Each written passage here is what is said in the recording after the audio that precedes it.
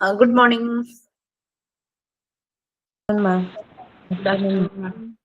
Good afternoon, ma'am. Good afternoon, ma'am. Sorry. 10:30 class കയറിയത് എപ്പോഴാണ് ഇറങ്ങിയത്. ഒരു ബാച്ചിന്റെ ക്ലാസ് ഇന്ന് തീർക്കണം. അവർക്ക് എക്സാംസ് സ്റ്റാർട്ട് ചെയ്യാം.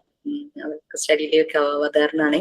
രാത്രിയും കൂടെ ക്ലാസ് എടുത്താൽ അവിടെ തീരുള്ളൂ. അവരുടെ ക്ലാസ്സിൽ നിന്ന് ഇറങ്ങി വന്നപ്പോൾ ലേറ്റ് ആയി. അതാണ് നിങ്ങൾക്ക് എത്ര ലേറ്റ് ആയത്. ഓക്കെ, പ്രെയർ എല്ലാം കഴിഞ്ഞോ? Sorry for that. പ്രെയർ ഒക്കെ കഴിഞ്ഞോ? Good afternoon, ma'am. Prayer ഞാനാണ് സരിത. ഞാനില്ലെങ്കിൽ നിങ്ങൾക്ക് ക്ലാസ് ലീഡ് ചെയ്യാട്ടോ. എന്താ? ഞാനില്ലെങ്കിലും നിങ്ങൾക്ക് ക്ലാസ് ലീഡ് ചെയ്യാം. വരുന്നവരെയും വെയിറ്റ് ചെയ്യണ്ട. പ്രെയർ ചെയ്യാം, ക്ലാസ് ചെയ്യാം.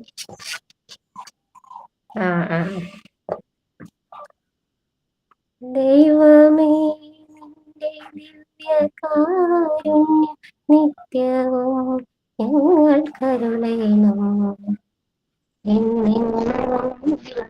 കുഞ്ഞനാമങ്ങൾ പാടവാൻ നാദം നൽകേണം. മിണ്ടുന്ന മധുരമാകേണം, നന്മകൾ മാറ്റം തോന്നേണം. മിണ്ടുന്ന മധുരമാകേണം, നന്മകൾ മാറ്റം തോന്നേണം. ദൈവമേ നിന്റെ ദിവ്യകാരുണ്യം നിത്യവും ഞങ്ങൾ കരുളേണം. ഇരുളിൽ നീ ചെയ്യണം, എന്നും തുണയായി നീ കൂടെ പോരണം. ഇരുളിൽ നീ ചെയ്യണം, എന്നും തുണയായി നീ കൂടെ പോരണം. പാഠമെന്നും എളുപ്പമാകണം, ശീലങ്ങൾ നല്ലതാകണം. മുള്ളുകൾ മാറ്റി പോയിരിക്കണം, നിൻ വഴി ഞങ്ങൾ കരുളേണം. മുള്ളുകൾ മാറ്റി പോയിരിക്കണം, നിൻ വഴി ഞങ്ങൾ കരുളേണം. ദൈവമേ നിന്റെ ദിവ്യകാരുണ്യം നിത്യവും ഞങ്ങൾ കരുളേണം.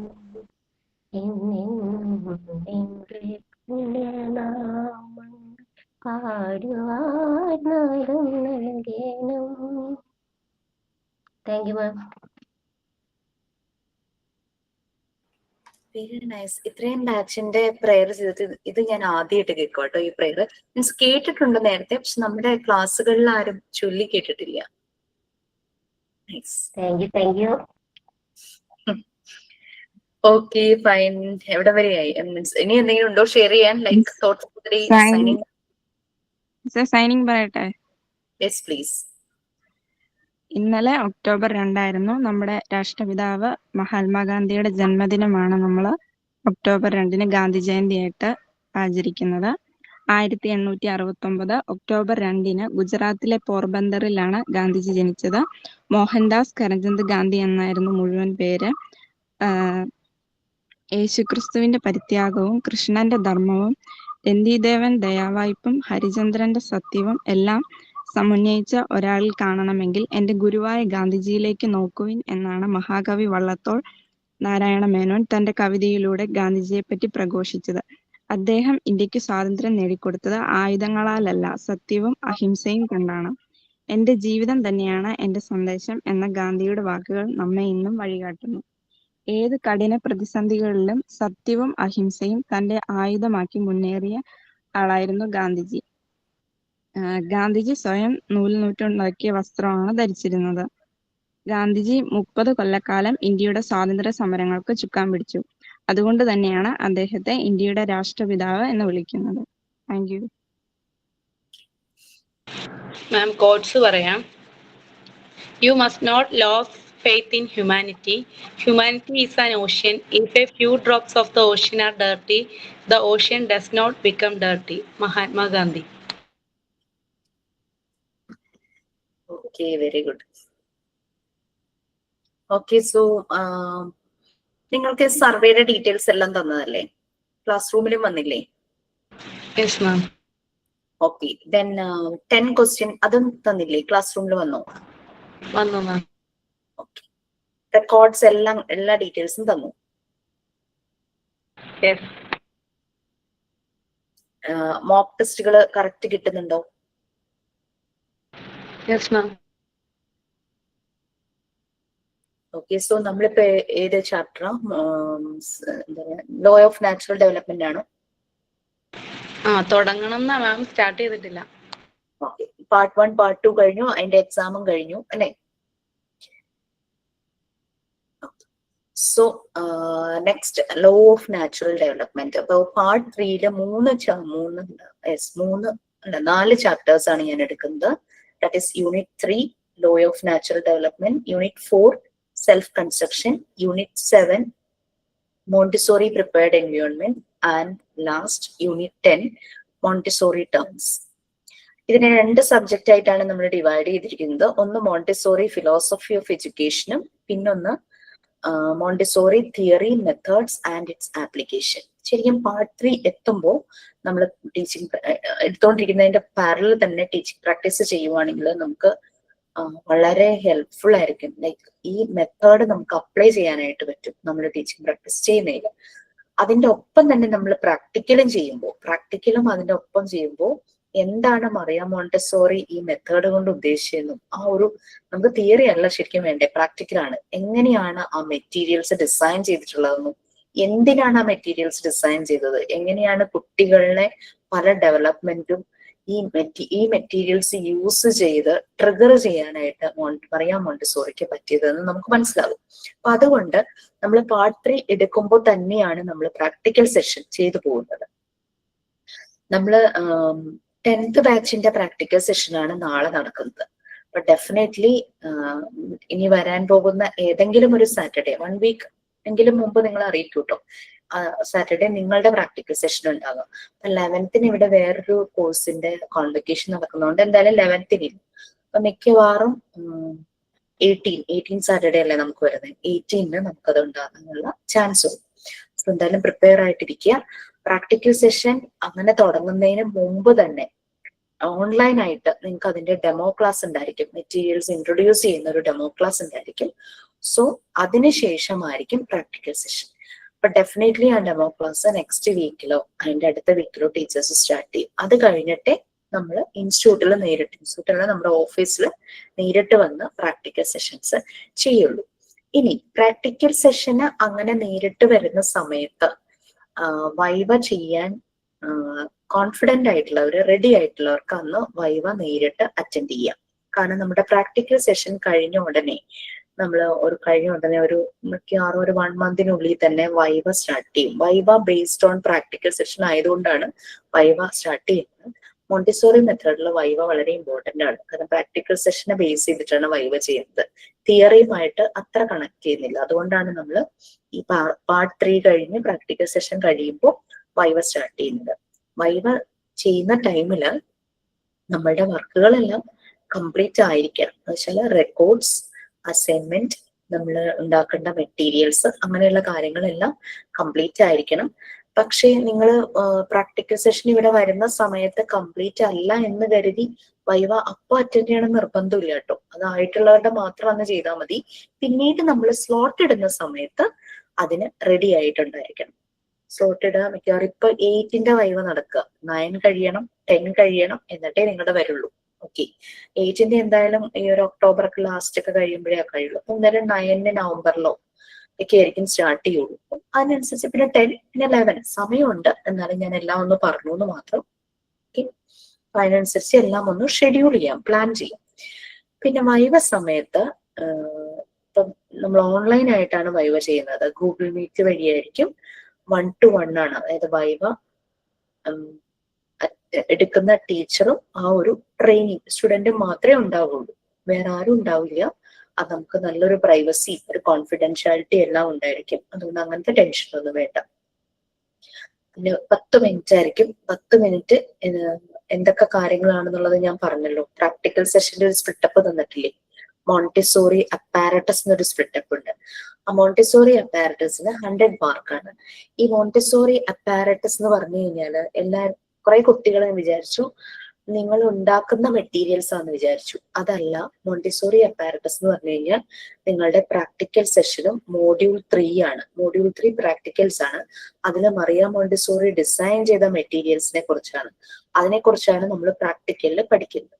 ആ മെറ്റീരിയൽസിനെ റിലേറ്റ് ചെയ്തുള്ള ക്വസ്റ്റ്യൻസ് ആയിരിക്കും മോണ്ടിസോറി അപ്പാരറ്റസിൽ ചോദിക്കുന്നത്. അത് നിങ്ങൾക്ക് എത്രത്തോളം അറിയാം, പിന്നെ ആ മെറ്റീരിയൽ കൊണ്ട് ആക്ടിവിറ്റി ചെയ്യുമ്പോൾ ഒരു കുട്ടിക്ക് എന്താണ് മനസ്സിലാകുന്നത്, എനിക്ക് എന്തെല്ലാം കൺസെപ്റ്റ് കിട്ടുന്നു, ആ രീതിയിലുള്ള ക്വസ്റ്റ്യൻസ് ആയിരിക്കും മോണ്ടിസോറി അപ്പാരറ്റസിൽ വരുന്നത്.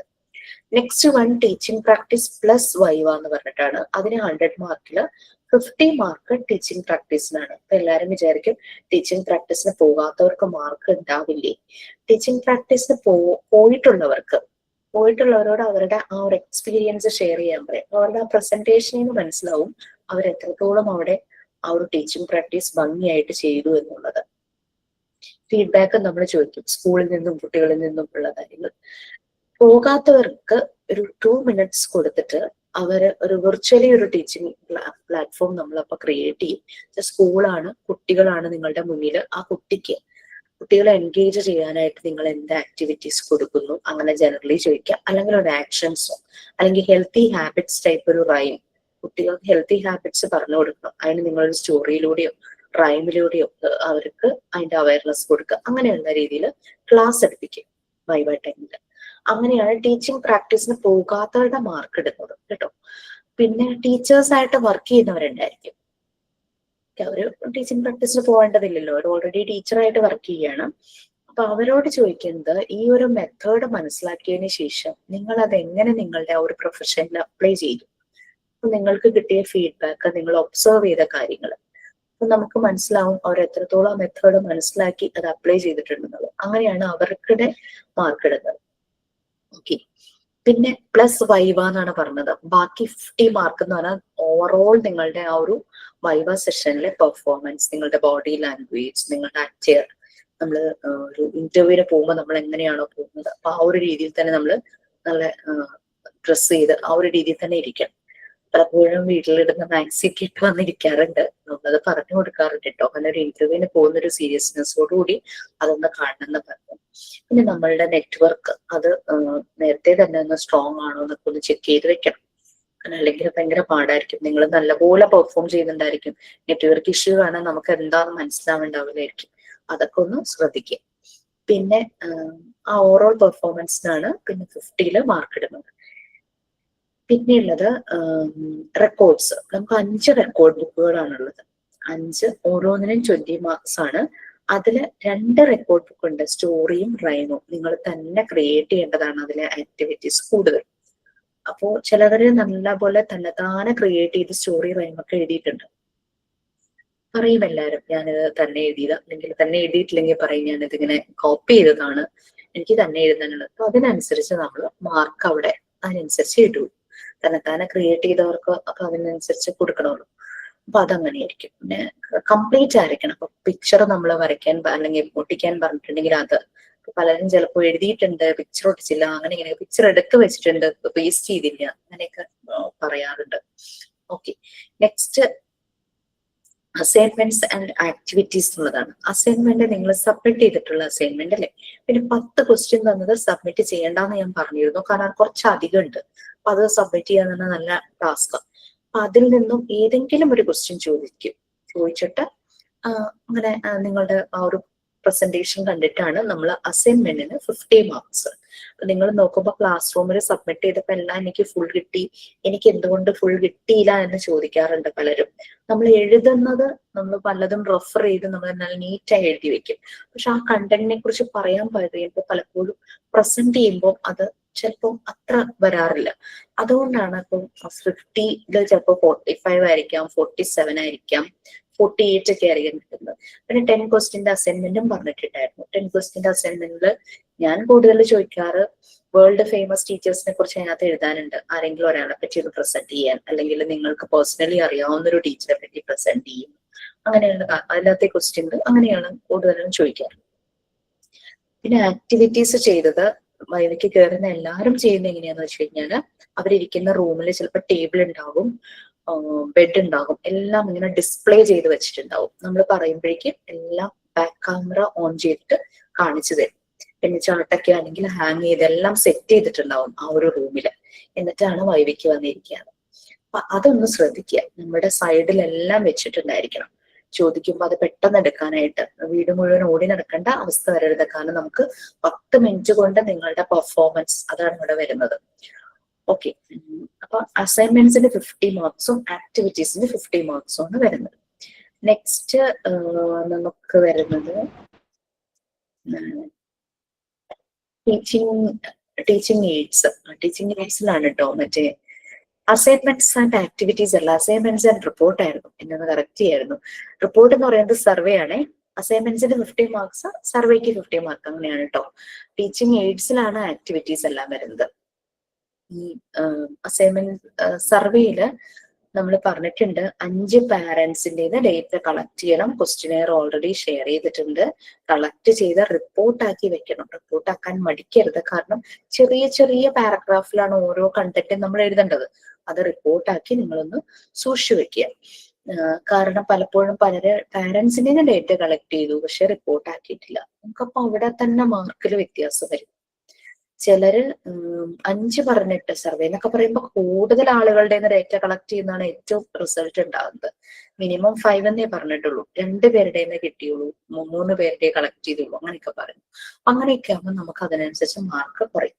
പിന്നെ സർവേ ചെയ്യാതെ വരും, ഞാനത് ചെയ്തിട്ടില്ല എന്ന് പറയും. അപ്പൊ നമ്മൾ ഓർക്ക് എങ്ങനെയാ അവിടെ 0 മാർക്ക് ഇടുക എന്ന് വിചാരിച്ച് നമുക്കൊരു വിഷമം. അപ്പൊ നമ്മൾ എന്താ ചെയ്യുന്നതെന്ന് വെച്ച് കഴിഞ്ഞാൽ അവരോട് ക്വസ്റ്റ്യൻ ചോദിക്കും. അതിലെ ഇങ്ങനെ അപ്പൊ നല്ല പോലെ പ്രസന്റ് ചെയ്യും. അവർ ആ സർവേ ചെയ്തിരുന്നെങ്കിൽ നല്ലൊരു റിപ്പോർട്ട് അവർക്ക് പ്രിപ്പയർ ചെയ്ത് വെക്കാമായിരുന്നു. പക്ഷെ നല്ല പോലെ അതിനെപ്പറ്റി അവർ സംസാരിക്കും. അപ്പൊ നമ്മളൊരു 50 ഒരു 19, 18, 20 മാർക്സ് ഒക്കെ കൊടുക്കും. അതിൽ കൂടുതൽ നമുക്ക് കൊടുക്കാൻ പറ്റില്ല സർവേ ചെയ്യാത്തവർക്ക്. കാരണം ബാക്കി എല്ലാവരും ഭംഗിയായിട്ട് ചെയ്ത് റിപ്പോർട്ടും റെഡിയാക്കി വെക്കുമ്പോൾ നമ്മള് ഈ 0 കൊടുക്കാനുള്ള മടി കൊണ്ടാണ് അവരോട് അങ്ങനെ ക്വസ്റ്റ്യൻ ചോദിച്ച് മനസ്സിലാക്കി അതിനുള്ള മാർക്ക് കൊടുക്കുന്നത്. അപ്പൊ അതൊന്ന് ശ്രദ്ധിക്കുക. അപ്പൊ പലപ്പോഴും അസൈൻമെന്റ് ആൻഡ് സർവേ റിപ്പോർട്ട് എന്ന് പറഞ്ഞെടുത്ത് മാർക്ക് കുറയുന്നു. ഒരു കുട്ടിക്ക് 70 മാർക്സ് കിട്ടി. അപ്പൊ പറഞ്ഞത് അത് ജസ്റ്റിഫൈ ചെയ്തത് എങ്ങനെയായിരുന്നു? ഞാൻ എല്ലാം ക്ലാസ് റൂമിൽ സബ്മിറ്റ് ചെയ്തു അസൈൻമെന്റ്, എനിക്ക് എല്ലാത്തിനും ഫുൾ മാർക്ക് കിട്ടി, എന്നിട്ട് എനിക്ക് എന്തുകൊണ്ടാണ് 70 മാർക്സ് കിട്ടിയെന്ന് ചോദിക്കും. അപ്പൊ നമ്മൾ ഈ സ്പ്ലിറ്റപ്പ് പറഞ്ഞു കൊടുക്കും.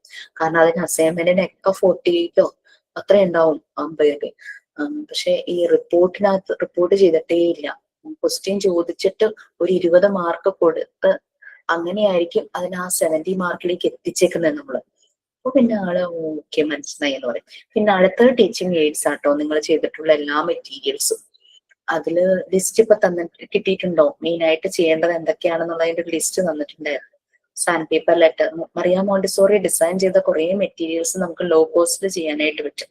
Sand paper letters and numbers, word reading card, picture reading card, colour card, ഇതൊക്കെ നമുക്ക് ലോ കോസ്റ്റിൽ ചെയ്യാൻ പറ്റുന്നതാണ്. പലരും ഗ്ലിറ്റർ കാർഡും അതുപോലെ തന്നെ ഫോം ഷീറ്റും യൂസ് ചെയ്തു, കിട്ടിയില്ല എന്നൊക്കെ പറഞ്ഞിട്ട്. അപ്പൊ പുറത്തുള്ളവർക്ക് അത് സാൻഡ് പേപ്പർ കിട്ടാൻ ഇത്തിരി ബുദ്ധിമുട്ടാണ്. നമ്മുടെ നാട്ടില് പെയിന്റ് കടയിൽ, ഹാർഡ്വെയർ ഷോപ്പിലൊക്കെ ചോദിച്ചു കഴിഞ്ഞാൽ സാൻഡ് പേപ്പർ കിട്ടും. പിന്നെ മറ്റുള്ള ടീച്ചേഴ്സും പറഞ്ഞിട്ടുള്ള ചെയ്യണമെന്ന് പറഞ്ഞിട്ടുള്ള ആക്ടിവിറ്റീസും ശ്രദ്ധിക്കുക. അതെ, പിന്നെ ഇത്രയുമാണ് PGക്കും ഡിപ്ലോമയ്ക്കും കമ്പൈൻഡ് ആയിട്ട് വരുന്ന പ്രാക്ടിക്കൽ സെഷൻ. PGക്ക് ഒരു ടോപ്പിക് എക്സ്ട്രാ ഉണ്ട്. നിങ്ങൾക്ക് ഇപ്പൊ PGയുടെ ക്ലാസ്സസ് സ്റ്റാർട്ട് ചെയ്തിട്ടുണ്ട്. മാക്സിമം ക്ലാസ് റൂമിൽ തന്നെ സെമിനാർ ആയിട്ട് ടോപ്പിക് സെലക്ട് ചെയ്തെടുക്കാൻ പറ്റുന്നവർ സെമിനാറിൻ്റെതായ രീതിയിൽ തന്നെ പ്രസന്റ് ചെയ്യാം കേട്ടോ. വീഡിയോ ഓൺ ചെയ്ത് ചെയ്യാൻ പറ്റുവാണെങ്കിൽ അത്രയും നല്ലത്. പ്രസന്റ് ചെയ്ത് റിപ്പോർട്ടും പ്രിപ്പയർ ചെയ്ത് വെക്കുക. ക്ലാസ് റൂമിൽ പറ്റാത്തവർ ഒരു ടോപ്പിക് സെലക്ട് ചെയ്ത് റിപ്പോർട്ട് പ്രിപ്പയർ ചെയ്ത് ആ ടോപ്പിക്കിനെ പറ്റി നല്ലപോലെ മനസ്സിലാക്കി വെക്കുക. വൈവ ടൈമിൽ ഒരു 2 മിനിറ്റ്സ് നിങ്ങൾക്ക് അതിന്റെ പ്രസന്റേഷൻ തരും. ഓക്കെ, അവിടെയാണത് വരുന്നത്. പിന്നെ നമുക്കറിയാം നിങ്ങളുടെ തിയറി എക്സാം എന്ന് പറഞ്ഞു കഴിഞ്ഞാൽ ഇപ്പൊ ടേം എക്സാമിനേഷൻ എഴുതി കുറെ മോക്ക് ടെസ്റ്റുകൾ അറ്റൻഡ് ചെയ്തതുകൊണ്ട് അറിയാം MCQ ആണ്. നമ്മളുടെ ഒരു ആൻസർ കറക്റ്റ് ആയാൽ നമുക്ക് അവിടെ അതിന്റെ ഫുൾ മാർക്ക് കിട്ടും അല്ലെ? അപ്പൊ അതുകൊണ്ട് തിയറി എക്സാമിന് ഫുൾ മാർക്ക് ആണെങ്കിൽ ആരും ചോദിക്കാൻ വന്നാൽ നമുക്ക് പറയാം ആൻസർ ഉണ്ട്, ഞങ്ങളുടെ MCQ ആണ്. ഡിസ്ക്രിപ്റ്റീവ് ആണെങ്കിലാണ് അങ്ങനെ ഫുള്ള് കൊടുത്താൽ ഒരു ജെനുവിൻ തോന്നാത്തത്. MCQ ആകുമ്പോൾ ആ ഒരു നെഗറ്റീവ് മാർക്കിങ്ങും ഇല്ല. ഒരു ആൻസറിന് അത് കറക്റ്റ് ആൻസർ ആണെങ്കിൽ കറക്റ്റ് മാർക്ക് കിട്ടും. അതേസമയം പ്രാക്ടിക്കൽ സെഷൻ എന്ന് പറഞ്ഞു കഴിഞ്ഞാൽ ഒരാള് ലൈവായിട്ടുള്ള പെർഫോമൻസ്, അവിടെ നമ്മൾ ഫുൾ മാർക്ക് കൊടുക്കുമ്പോൾ എന്താ പറ്റുന്നതെന്ന് വെച്ച് കഴിഞ്ഞാൽ നിങ്ങളുടെ മാർക്ക് ലിസ്റ്റ് എവിടെയെങ്കിലും ഒരു ഇന്റർവ്യൂ ബോർഡിൽ ചെല്ലുമ്പോൾ 100 എന്നിങ്ങനെ പ്രാക്ടിക്കലിൽ കാണുമ്പോൾ അതാർക്കും ഡൈജസ്റ്റ് ആവില്ല. ഇതെന്തോ ഫേക്ക് ആണ്, കാശ് കൊടുത്ത് സർട്ടിഫിക്കറ്റ് മാർക്ക് ലിസ്റ്റ് കിട്ടുന്ന പരിപാടിയാണ് തോന്നുന്നു, നമ്മളെ അങ്ങ് വിലയിരുത്തും അല്ലാതെ. അതേസമയം നമ്മളുടെ മാർക്ക് ഒരു ജെനുവിൻ ആയിട്ടാണ്, നമ്മുടെ പെർഫോമൻസും കാണുമ്പോൾ ഈ കുട്ടി ചെയ്തതിനനുസരിച്ചാണ് എല്ലാം അതിന്റെ റിസൾട്ട് വന്നിരിക്കുന്നത് എന്നുള്ള ബോധ്യം അവർക്ക് വരും. ആൾക്കറിയാം കാര്യങ്ങളെ കുറിച്ചെല്ലാം നല്ലപോലെ അറിയാം എന്ന് മനസ്സിലാവും. അപ്പൊ നമ്മള് പിന്നീട് ഫ്യൂച്ചറിൽ ഇന്റർവ്യൂവിന് പോകുമ്പോൾ നമ്മുടെ ഈ മാർക്ക് ലിസ്റ്റിൽ കിടക്കുന്ന ഓരോ മാർക്കും നമ്മുടെ എഫേർട്ട് കൊണ്ട് കിട്ടിയിട്ടുള്ള മാർക്ക് ആവുമ്പോൾ നമ്മളും കോൺഫിഡന്റ് ആയിരിക്കും. നമ്മളെ സംശയിച്ച് നമ്മളോട് ചോദ്യങ്ങൾ ചോദിക്കുന്ന അവർക്കും ബോധ്യവും ഇത് ജെനുവിൻ ആണെന്നുള്ളത്. അതൊക്കെ ഒന്ന് ശ്രദ്ധിക്കും. ഇത്രയും കാര്യങ്ങളാണ് ഇതിനെപ്പറ്റി പറയാനുള്ളത്. പ്രാക്ടിക്കൽ സെഷൻ എന്താ പറയാ ഡെമോ ക്ലാസ് കഴിഞ്ഞിട്ടാണ് ഓഫീസിൽ നേരിട്ട് വന്നുള്ളത്. ഓഫീസിൽ നിങ്ങൾ നേരിട്ട് വരുന്നതിന് മുമ്പ് മോഡ്യൂൾ 3യുടെ ക്ലാസ് ഞാൻ ഓൺലൈൻ ആയിട്ട് എടുക്കും. അത് ഞാൻ നൈറ്റ് സെഷനാണ് എടുക്കുന്നത്. കാരണം എല്ലാവർക്കും ജോയിൻ ആവാൻ പറ്റുന്ന സമയം അതായിരിക്കും എന്നുള്ളത് കൊണ്ടാട്ടോ അങ്ങനെ ചെയ്യുന്നത്. അതൊക്കെ ഇനി വരുന്ന കാര്യങ്ങളാണ്, ഒന്ന് ഓർമ്മിപ്പിച്ചതേ ഉള്ളൂ, ഓർത്ത് വെക്കുക. അപ്പൊ മോഡ്യൂൾ 3 അതെ സമയം കിട്ടുമ്പോൾ ഒന്ന് എടുത്തൊന്ന് മറിച്ച് നോക്കാം, വായിച്ചു നോക്കാം. അതിനകത്ത് കുറേ ആക്ടിവിറ്റീസും ഡെമോൺസ്ട്രേഷനും ആണ്. നമ്മുടെ വീട്ടിലെ കുട്ടികളെ കൊണ്ടും സ്കൂളിൽ പോകുന്നുണ്ടെങ്കിൽ അവരെ കൊണ്ടും ചെയ്യിക്കാൻ പറ്റുന്ന കുറേ ആക്ടിവിറ്റീസാണ്. ഓക്കെ, ഇത്രയുമാണ് എന്റെ കാര്യങ്ങള്. അപ്പൊ അതുമായിട്ട് കണക്ട് ചെയ്തിട്ടുള്ള തിയറി മെത്തേഡ്സ് ആണ് നമ്മൾ ഇനി എടുക്കാൻ പോകുന്നത്. അത് 3rd യൂണിറ്റ് ആണ്, നമ്മുടെ ലോ ഓഫ് നാച്ചുറൽ ഡെവലപ്മെന്റ്. നമ്മൾക്ക് അറിയാം ഞെക്കി പഴുപ്പിച്ചതിനൊന്നും നമ്മൾ നാച്ചുറൽ ആയിട്ട് പഴുക്കുന്നതിന്റെ ആ ഒരു മധുരം ഉണ്ടാവില്ല, ആ ഒരു ഭംഗി ഉണ്ടാവില്ല എന്ന് നമുക്കറിയാം അല്ലെ. അപ്പൊ അതുപോലെ തന്നെയാണ് ഒരു കുഞ്ഞിന്റെ ഡെവലപ്മെന്റ്. നമ്മൾ ഫോഴ്സ്ഫുള്ളി അവനെ കൊണ്ട് ചെയ്യിക്കുന്നതല്ല, നാച്ചുറൽ ആയിട്ട് അവൻ ഡെവലപ്പ് ആയിട്ട് വരണം. അത് അനിമൽ ബേബീസിനെയും ഹ്യൂമൻ ബേബീസിനെയും കമ്പയർ ചെയ്ത് നമ്മൾ പറയുന്നുണ്ട്. അനിമൽ ബേബീസിനെ കമ്പയർ ചെയ്യുമ്പോൾ ഹ്യൂമൻ ബേബീസ് ഫസ്റ്റ് ടൈമില് ഇൻകേപ്പബിൾ ആണെന്നാണ് പറയുന്നത്. എന്തുകൊണ്ടാണ് അങ്ങനെ പറയുന്നത്?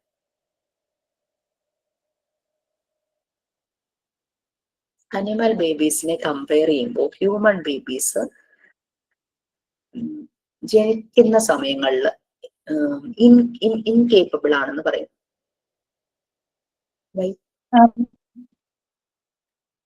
മാം, നമ്മള് പപ്പീസിനും ഇതിനൊക്കെ നമ്മൾ കണ്ടിട്ടുണ്ടാവും. നമ്മള് സാധാരണ നമ്മുടെ കുഞ്ഞു കുട്ടികൾക്ക് നമ്മളെല്ലാം ഫീഡിങ് ആണ് എടുത്ത് കൊടുത്ത് കാണിച്ചു. പപ്പീസ് നമ്മൾ നായ വളർത്തുന്നവർക്ക് നമ്മൾ പറഞ്ഞു കൊടുക്കേണ്ട ആവശ്യമില്ല, സ്വയം അത് ഫീഡ് ചെയ്യണമെങ്കിലും അത് പോയി ചെയ്യും. ഇപ്പൊ നമ്മൾ കുഞ്ഞു കുട്ടികൾ നമ്മൾ ഒരു അമ്മന്റെ അടുത്ത് കൊണ്ടുപോയി എടുത്ത് ഇങ്ങനെ മദർ ഫീഡിങ് ആണെങ്കിലും അവർക്ക് കാണിച്ചു കൊടുക്കണം. പക്ഷെ അതേ സമയത്ത് പെറ്റ്സിനൊക്കെ ഇതാവില്ല. അതേപോലെ ഒരു പഴഞ്ചൊല്ലോ, കാക്കക്കുട്ടിക്ക് കൊത്തിപ്പെറുക്കാൻ പറഞ്ഞു കൊടുക്കണ്ടെന്ന് പറഞ്ഞ് ഒരു പഴഞ്ചൊല്ല്. കാക്ക കുഞ്ഞുങ്ങൾക്ക് നമ്മൾ കൊത്തിപ്പെറുക്കാൻ പറഞ്ഞു കൊടുക്കേണ്ട ആവശ്യമില്ല, അത് സ്വയം തന്നെ അത് അങ്ങനെ പഠിക്കും. അതാണ് ഹ്യൂമൻസിന്റെയും ആനിമൽസിന്റെയും തമ്മിലുള്ള വ്യത്യാസം എനിക്ക് തോന്നുന്നു. തീർച്ചയായിട്ടും ശരിനെ. എന്റെ അമ്മ വീട്ടില് ഇതുണ്ടായിരുന്നു കേട്ടോ, പശു ഉണ്ട്. അപ്പൊ ഞങ്ങള് ഈ വെക്കേഷൻ സമയത്തൊക്കെ പോകുന്ന സമയത്ത് മിക്കവാറും പശു പ്രഗ്നന്റ് ആയിരിക്കും. അപ്പൊ നമ്മൾ ഭയങ്കര കൗതുകത്തോടുകൂടി ഇതിനെ നോക്കുവാണല്ലോ. മിക്കവാറും ഇത് പ്രസവിക്കുന്നത് രാത്രിയൊക്കെ ആയിരിക്കും. ഞങ്ങള് വൈകുന്നേരം ഇങ്ങനെ നോക്കിയിരിക്കും, ഇപ്പൊ പ്രസവിക്കും പറഞ്ഞ് നോക്കിയിരിക്കും. പക്ഷെ രാത്രിയൊക്കെ ആകുമ്പോഴേക്കും ഞങ്ങൾക്ക് ഉറക്കം വന്ന് ഞങ്ങൾ ഉറങ്ങാനായിട്ട് പോകും. രാവിലെ എണീക്കുമ്പോ നമ്മള് കാണുന്ന കാഴ്ച, ഈ പശുക്കുട്ടിയില്ലേ, കിടാവ്, അതിങ്ങനെ ഓടിച്ചാടി തുള്ളി നടക്കുന്നതാണ്. അതായത് രാത്രി പ്രസവിച്ച കുഞ്ഞാണ് പിറ്റേ ദിവസം നമ്മൾ നോക്കുമ്പോൾ കാണുന്നത് ഇങ്ങനെ ഓടിച്ചാടി തുള്ളിച്ചാടിയൊക്കെ നടക്കുന്നത്. അതിന് വിശക്കുമ്പോ ഓടി വന്ന് അമ്മയുടെ പാലും കുടിച്ചിട്ട് പോകുന്നതാണ്. അത് ചാടിത്തുള്ളി നമ്മുടെ ഒപ്പം കളിക്കാനൊക്കെ വരും. എത്ര പെട്ടെന്ന് അത് എണീറ്റ് സ്വന്തം കാലിൽ നിൽക്കണതും നടക്കാൻ തുടങ്ങുന്നതും ഓടാൻ തുടങ്ങുന്നതും ചാടാൻ തുടങ്ങുന്നതും. മനുഷ്യ കുഞ്ഞുങ്ങളോ അല്ലെ, അവർക്ക് എത്ര ടൈം എടുക്കുന്നു. ഒരു ഡിപ്പെൻഡന്റ്, ഈവൻ തല പോലും ഉറച്ചിട്ടുണ്ടാവില്ല. നമ്മൾ ഇങ്ങനെ സപ്പോർട്ട് കൊടുക്കണം. അത് എത്രയോ കഴിയുമ്പോഴാണ് അത് ശരിയാവുന്നത്. നോട്ടം ശരിയാവുന്നത് എപ്പോഴാണ്? അങ്ങനെ അവരെ കുളിപ്പിക്കാൻ, അവരെ ഡ്രസ് ചെയ്യാൻ, അവരെല്ലാ കാര്യങ്ങൾക്കും ഒരു കെയർ ഗിവർ വേണം അല്ലെ. ജനറലി കെയർ ഗിവർ എന്ന് പറഞ്ഞാണ് ഉമ്മയായിരിക്കും, അല്ലെങ്കിൽ അതുപോലെ ആരെങ്കിലും ആയിരിക്കും. അപ്പൊ അങ്ങനെ ഫീഡ് ചെയ്യാൻ തന്നെ ഇപ്പൊ പറഞ്ഞ പോലെ തന്നെ പിടിച്ചു വെച്ച് കൊടുക്കേണ്ടതായിട്ട് വരും. ആനക്കുട്ടി ഏറ്റവും വലിയ ഇതാണ് കരയിലുള്ളത് ആന. അതിന്റെ കുട്ടി തന്നെ പെട്ടെന്ന് തന്നെ ആവുന്നു. അപ്പൊ അതാണ് ലോ ഓഫ് നാച്ചുറൽ ഡെവലപ്മെന്റ് എന്ന് പറയുന്നത്. അനിമൽ ബേബീസിൽ ഇത് പെട്ടെന്ന് വരുന്നു, ഹ്യൂമൻ ബേബീസിന് ടൈം എടുക്കും. അവർ ഇനീഷ്യലി ഡിപ്പെൻഡന്റ് ആണ് ഹ്യൂമൻ ബേബീസ്. അവർ ഇൻഡിപെൻഡന്റ് ആകാനായിട്ട് ടൈം എടുക്കും. ഈവൻ ഇവരുടെ ഉള്ളിലുണ്ട് ഈ ഒരു പൊട്ടൻഷ്യൽ ഉണ്ട്, പക്ഷെ അത് ആയി വരാനായിട്ട് സമയമെടുക്കും. അനിമൽ ബേബീസിൽ ആ ഉള്ള ഇൻസ്റ്റിങ്ക്റ്റ് പെട്ടെന്ന് തന്നെ പുറത്തേക്ക് വരുന്നു. അവരുടെ ആ കഴിവുകൾ പെട്ടെന്ന് തന്നെ പുറത്തേക്ക് വരുന്നു.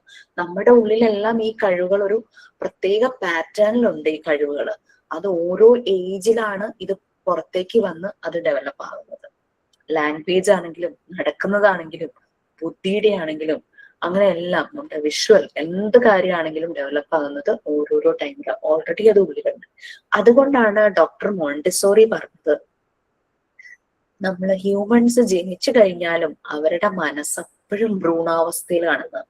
അതുകൊണ്ട് അതിനെ മറിയ മോണ്ടിസോറി വിളിച്ചിരുന്നത് സ്പിരിച്വൽ എംബ്രിയോ എന്നായിരുന്നു വിളിച്ചത്. എംബ്രിയോ എന്ന് പറഞ്ഞു കഴിഞ്ഞാൽ അറിയാലോ, ഭ്രൂണം, ആ ഒരു ജീവന്റെ തുടിപ്പ്, ഒരു മാംസ കഷ്ണം നമ്മൾ പറയാം. ഭ്രൂണം വളർന്ന് ഇത്ര മാസം കൊണ്ട് അമ്മയുടെ വോമ്പില് വളർന്ന് ആണ് പൂർണ്ണ വളർച്ചയുള്ള കുട്ടിയായിട്ട് പുറത്തേക്ക് വരുന്നത്. എല്ലാ ഓർഗൻസുമായി പുറത്തേക്ക് വന്നു, പക്ഷേ അപ്പോഴും മനസ്സ് ഭ്രൂണാവസ്ഥയിലാണ്. നമ്മൾ ചില ആളുകളെ കളിയാക്കി പറയാറില്ലേ, ശരീരം മാത്രമേ വളർന്നിട്ടുള്ളൂ, മനസ്സിപ്പോഴും കുട്ടിയാണ്.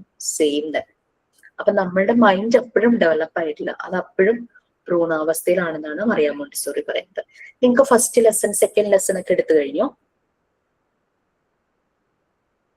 തുടങ്ങിയോ?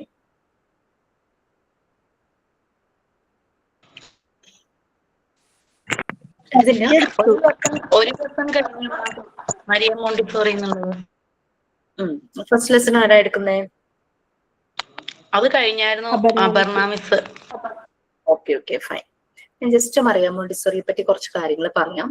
ടീച്ചർ ചിലപ്പോൾ പറഞ്ഞിട്ടുണ്ടാകും, എന്നാലും ഇത് തുടങ്ങുന്നതിന് മുമ്പ് ഞാൻ അവർ എങ്ങനെയാണ് ഈ മെത്തേഡിലേക്ക് വന്നത്, മറിയ മോണ്ടിസോറി എങ്ങനെ ഈ മെത്തേഡിലേക്ക് വന്നു എന്നുള്ളത് ജസ്റ്റ് ഞാനൊന്ന് ബ്രീഫ് ചെയ്യും. മറിയ മോണ്ടിസോറി നിങ്ങൾക്ക് അറിയാം, ഇറ്റലിയിലായിരുന്നു മറിയ മോണ്ടിസോറി ജനിച്ചതും വളർന്നതും. ഈ മറിയ മോണ്ടിസോറിക്ക് അന്നത്തെ കാലഘട്ടത്തില്, അത് യൂറോപ്യൻ കൺട്രി ആയിട്ട് കൂടിയും പെൺകുട്ടികൾക്ക് എഡ്യൂക്കേഷൻ കിട്ടുക എന്നുള്ളത് ഭയങ്കര ബുദ്ധിമുട്ടുള്ള കാര്യമായിരുന്നു. പക്ഷെ മറിയ മോണ്ടിസോറിയുടെ പാരന്റ്സ് കുറച്ചുകൂടെ ഫാസ്റ്റ് ഫോർവേഡ് ആയിട്ട് ചിന്തിക്കുന്നവരായിരുന്നു. അവർക്ക് അവരുടെ മകളെ പഠിപ്പിക്കണമെന്ന് ഭയങ്കര ആഗ്രഹമായിരുന്നു. അങ്ങനെ ഇനീഷ്യലി മറിയ മോണ്ടിസോറി ടെക്നിക്കൽ സൈഡിൽ, നമ്മുടെ എഞ്ചിനീയറിംഗ് ഇക്വലന്റ് ആയിട്ടുള്ള സൈഡിലായിരുന്നു പോയത്. പക്ഷെ മറിയ മോണ്ടിസോറിക്ക് വലിയ താല്പര്യം തോന്നിയില്ല. അവർക്ക് മെഡിക്കൽ ഫീൽഡിലേക്ക് പോകണം എന്നായിരുന്നു ആഗ്രഹം. അങ്ങനെയാണ് അവര് മെഡിക്കൽ ഫീൽഡിലേക്ക് പോകുന്നത്. പക്ഷെ അവിടെ ചെന്നപ്പോ ചലഞ്ചസ് മാത്രമാണ് മറിയ മോണ്ടിസോറിക്ക് ഉണ്ടായിരുന്നത്. അവിടെ ആ ഒരു ബാച്ചിൽ ഒരൊറ്റ പെൺകുട്ടിയായി മറിയ മാത്രമേ ഉണ്ടായിരുന്നുള്ളൂ, ബാക്കിയെല്ലാം ബോയ്സ് ആയിരുന്നു. അപ്പോ നമ്മളുടെ ഈ MBBS ഇക്വലന്റ് ആയിട്ട് മെഡിക്കൽ ഫീൽഡിൽ അതിന് പഠിക്കുമ്പോൾ അന്നത്തെ കാലഘട്ടത്തില് ഇത്രയും ബോയ്സിന്റെ കൂടെ ഒരു പെൺകുട്ടി മാത്രം പഠിക്കുക എന്ന് പറഞ്ഞാൽ ഭയങ്കര ചലഞ്ചിങ് ആയിരുന്നു. കാരണം ഇവർക്ക് മെയിൻ ആയിട്ടുള്ളതാണല്ലോ അനാട്ടമി ലാബ്. ഈ അനാട്ടമി ലാബില് നമ്മൾ മനുഷ്യന്റെ ബോഡിയുടെ എല്ലാ കാര്യങ്ങളും പഠിക്കുവാണ്.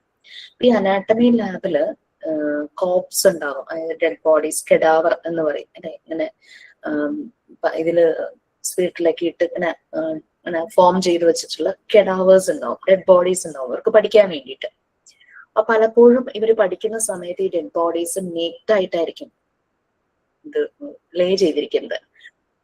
ബോയ്സ് ഇങ്ങനെ മറിയ മോണ്ടിസോറി ഉണ്ടല്ലോ, പെൺകുട്ടിയാണല്ലോ, ഇങ്ങനെ അടക്കി പിടിച്ചൊക്കെ ചിരിക്കുകയൊക്കെ ചെയ്യും. പക്ഷെ അങ്ങനെ അപ്പൊ ആ ഒരു ഏജ് എന്ന് പറയുമ്പോൾ ഒരു 17-18 ഇയേഴ്സ് ഒക്കെ ആയിട്ടുണ്ടാവുള്ളൂ. ആ ചെറിയ ഏജില് അങ്ങനെ പല കാര്യങ്ങളും മറിയക്ക് സഹിക്കേണ്ടതായിട്ട് വന്നു. എനിക്ക് ഇൻട്രസ്റ്റ് ആയിരുന്നു മെഡിക്കൽ ഫീൽഡ്. അത് പഠിച്ചുകൊണ്ടിരിക്കുമ്പോ തന്നെ തീരാറൊക്കെ ആയപ്പോഴേക്കും അവർക്ക് കുട്ടികളുടെ ഡെവലപ്മെന്റിനെ കുറിച്ച് കൂടുതൽ സ്റ്റഡി ചെയ്യണമെന്നായിരുന്നു ആഗ്രഹം. അവരങ്ങനെ അതിനെപ്പറ്റി അന്നത്തെ കാലഘട്ടത്തിൽ കുറെ സൈക്കോ അനാലിസ്റ്റുകൾ ഉണ്ടായിരുന്നു. ഇവർക്ക് ഒത്തിരി സപ്പോർട്ടായിരുന്നു അവരുടെ ഒബ്സർവേഷൻസും കാര്യങ്ങളും. നമ്മൾ ഓൾറെഡി പറഞ്ഞു പോയി, ജീൻ പിയാഗറ്റ്, ടോൾസ്റ്റി, പിന്നെ എറിക്സൺ, സിഗ്മണ്ട് ഫ്രോയിഡ്, ഇവരുടെയൊക്കെ അനാലിസിസ് ഒക്കെ മറിയ മോണ്ടിസോറിക്ക് വളരെ ഹെൽപ്ഫുൾ ആയിരുന്നു. പിന്നെ നമ്മുടെ 2 ലോക മഹായുദ്ധങ്ങൾ നേരിട്ട് കണ്ട് അതിന്റെ പ്രശ്നങ്ങൾ മനസ്സിലാക്കി വളരെ വിഷമിച്ച ഒരു വ്യക്തി കൂടിയായിരുന്നു doctor Montessori.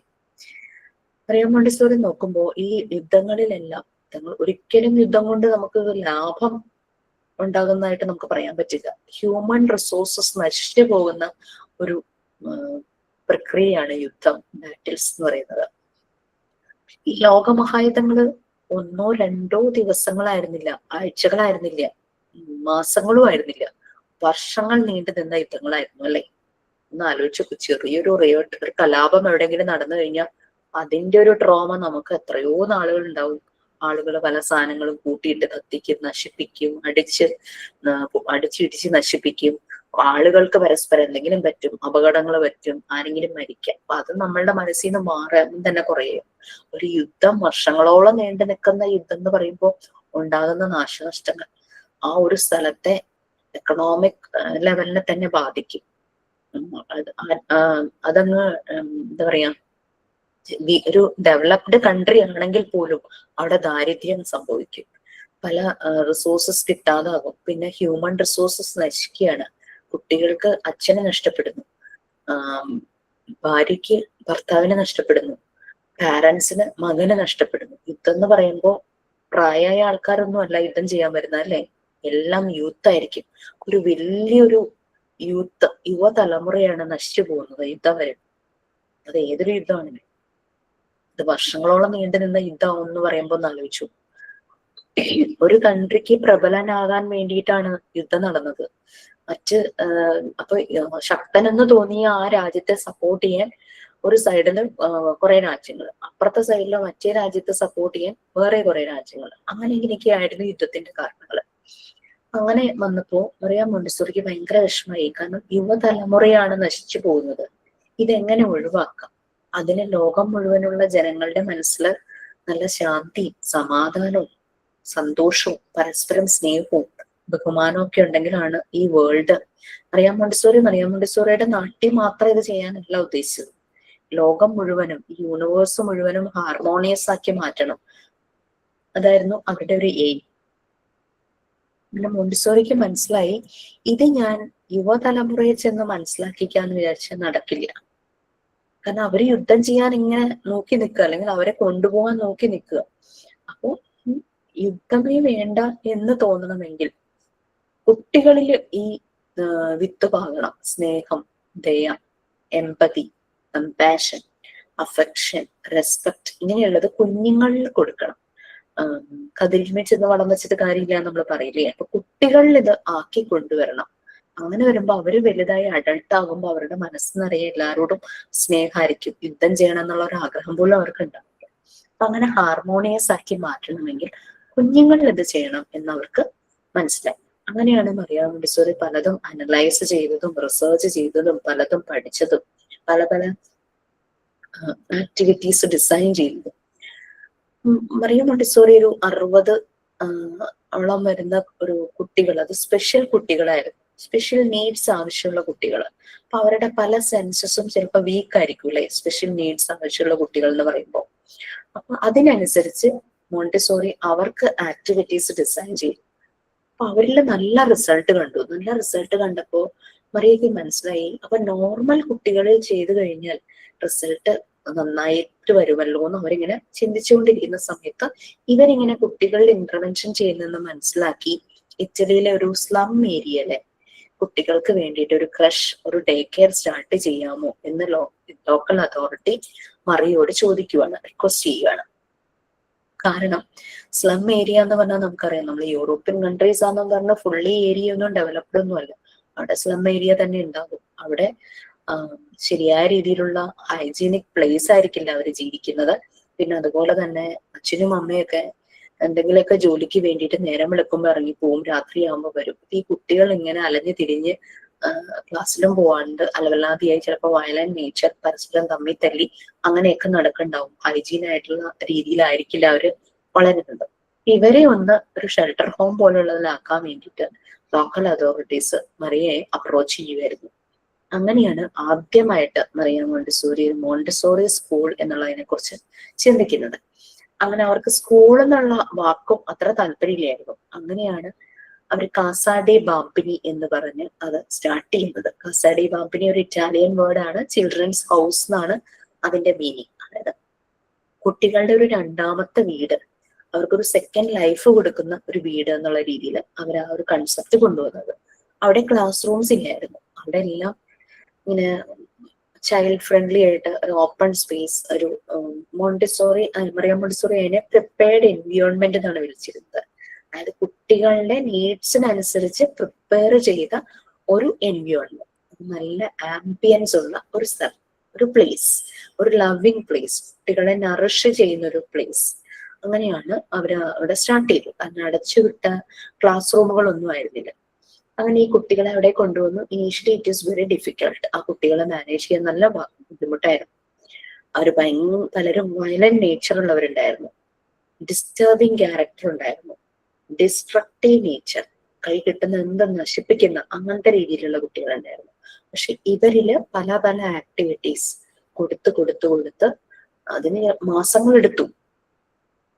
Normalisation and deviation എനിക്ക് പഠിക്കാനുണ്ട്. അവർ ആ ഡീവിയേറ്റഡ് എന്നുള്ള കാറ്റഗറിയിൽ നിന്ന് നോർമലൈസ്ഡ് എന്നുള്ള കാറ്റഗറിയിലേക്ക് അവർ മാറുകയാണ് ചെയ്തത്. അങ്ങനെ അത്രയും റിസൾട്ട് ഉണ്ടായി. അങ്ങനെ ഈ റിസൾട്ട് ഒക്കെ ഉണ്ടായി കഴിഞ്ഞപ്പോഴേക്കും പിന്നെ പല കൺട്രീസിൽ നിന്നും ഇവർക്ക് കോള് വരുന്നു. പിന്നെ മറിയ മോണ്ടിസോറിക്ക് മനസ്സിലാവുകയാണ് ഞാനിത് ഇവിടെ എന്റെ ഇവിടെ മാത്രം ഒതുങ്ങിക്കൊണ്ട് കാര്യമില്ല, ലോകം മുഴുവനും ഇത് സ്പ്രെഡ് ചെയ്യണം. അവരന്നത്തെ കാലഘട്ടത്തിൽ ഇത് സ്റ്റാർട്ട് ചെയ്തത് ഇന്ന് വേൾഡ് പോപ്പുലർ ആയിട്ട് മാറിയിരിക്കുകയാണ്. അതിന് വളരെയധികം സയന്റിഫിക് ആയിട്ടുള്ള ഒരു മെത്തേഡാണെന്ന് എല്ലാവരും ആക്സെപ്റ്റ് ചെയ്തു. ഇപ്പോഴുള്ള കുട്ടികളുടെ ഫീൽഡിൽ വർക്ക് ചെയ്യുന്ന പലരും ഈ ഒരു മെത്തേഡിനെ വളരെയധികം ആക്സെപ്റ്റ് ചെയ്തു. കുട്ടികൾക്ക് ലൈഫ് സ്കിൽസ് ആണ് പ്രൊവൈഡ് ചെയ്യേണ്ടത്, അതുവഴിയാണ് കുട്ടികൾ വളരേണ്ടതെന്ന് അത് മറിയ മോണ്ടിസോറി അന്ന് മനസ്സിലാക്കി. ലൈഫ് സ്കിൽസ് കുട്ടികൾക്ക് പ്രൊവൈഡ് ചെയ്യണം. ആ രീതിയിലാണ് ഇതിന്റെ തുടക്കം. അവർക്ക് പക്ഷെ ഒരു ഇന്ത്യയിലൊക്കെ വന്നിട്ടുണ്ടായിരുന്നു ഗാന്ധിജിയുടെ സമയത്ത്. നമ്മുടെ അംഗൻവാടികളിലൊക്കെ കുറെ ഒരു മെത്തേഡായിരുന്നു ചെയ്തു വന്നുകൊണ്ടിരുന്നത്. ഗാന്ധിജി ഒത്തിരി ആക്സെപ്റ്റ് ചെയ്തിരുന്ന ഒരു മെത്തേഡ് തന്നെയായിരുന്നു. അപ്പൊ മറിയ മോണ്ടിസോറിയുടെ ഒരു ടെക്സ്റ്റ് ഉണ്ട്, ടെക്സ്റ്റ് അല്ല, അവർ എഴുതിയൊരു ബുക്കുണ്ട്, the discovery of the child എന്ന് പറഞ്ഞിട്ട്. ഞാൻ നിങ്ങളെ കാണിച്ചിട്ടൊന്നും എനിക്കറിയില്ല. ഇത് കോപ്പി വാങ്ങാൻ പറ്റുവാണെങ്കിൽ വാങ്ങിക്കൂ. കാരണം എന്താണെന്ന് വെച്ചാല് ഇതിൽ അവർ ചെയ്ത വർക്ക് എല്ലാം തന്നെയുണ്ട്. അവർ ഓരോ സ്ഥലത്ത് പോയതും ഓരോ സ്കൂൾ സ്റ്റാർട്ട് ചെയ്തതും കുട്ടികളെ ഓരോ ആക്ടിവിറ്റീസ് ചെയ്തപ്പോ അതിന്റെ റിസൾട്ടും അതിന്റെ ഫോട്ടോസ് ഉൾപ്പെടെ ഉണ്ട്. ഇത് ഞാൻ ആമസോണിൽ നിന്ന് വാങ്ങിച്ചതായിരുന്നു കേട്ടോ, ഒരു 8 years ബാക്ക്. അന്നത് 300 താഴെ എനിക്ക് കിട്ടിയത്.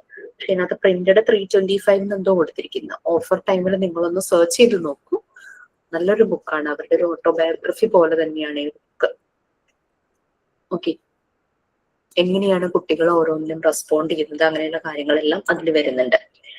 അപ്പൊ ഇങ്ങനെയാണ് ആ ഒരു മോണ്ടിസോറി മെത്തേഡിന്റെ അതിന്റെ ഫൗണ്ടർ ആയതുകൊണ്ടാണ് മോണ്ടിസോറി മെത്തേഡ് ഇത്രയും അതിനങ്ങനെ പേര് കിട്ടിയതും പോപ്പുലർ ആയതും എല്ലായിടത്തും. അവർക്ക് ഒത്തിരി ചലഞ്ചസ് വന്നിട്ടുണ്ടായിരുന്നു. കാരണം ആ ഒരു ടൈമിലാണ് അഡോൾഫ് ഹിറ്റ്ലറും മുസോളിനി, അവരുടെ ഒരു ഓട്ടോക്രാറ്റിക് റൂൾ, ഏകാധിപതികളായ 2 പേരായിരുന്നു.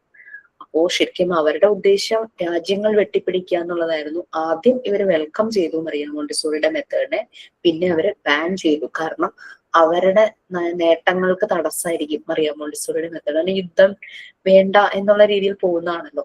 അപ്പൊ അതിന് തടസ്സമാണെന്നും പറഞ്ഞ് ഇറ്റലിയിലെ സ്കൂളുകൾ അടച്ചുപൂട്ടി, ജർമ്മനിയിൽ ഇത് ബാൻ ചെയ്തു. അങ്ങനെ പ്രശ്നങ്ങളൊക്കെ ഉണ്ടായി.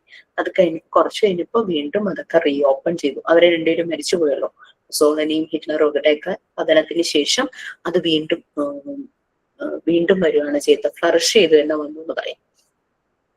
ചില സ്കൂളുകൾ 6 വയസ്സ് വരെയാണ് മോണ്ടിസോറി മെത്തേഡ് എങ്കിലും അവര് വലിയ ക്ലാസ്സിലേക്ക് കുറെയൊക്കെ അതിന്റെ നല്ല കാര്യങ്ങൾ അഡോപ്റ്റ് ചെയ്ത് ആ ഒരു മെത്തേഡിൽ തന്നെ ഹയർ ക്ലാസ്സിലും പഠിപ്പിക്കുന്നുണ്ടെന്ന്. നമ്മുടെ ഇവിടെ എറണാകുളത്ത് അങ്ങനെ സ്കൂളുണ്ട്,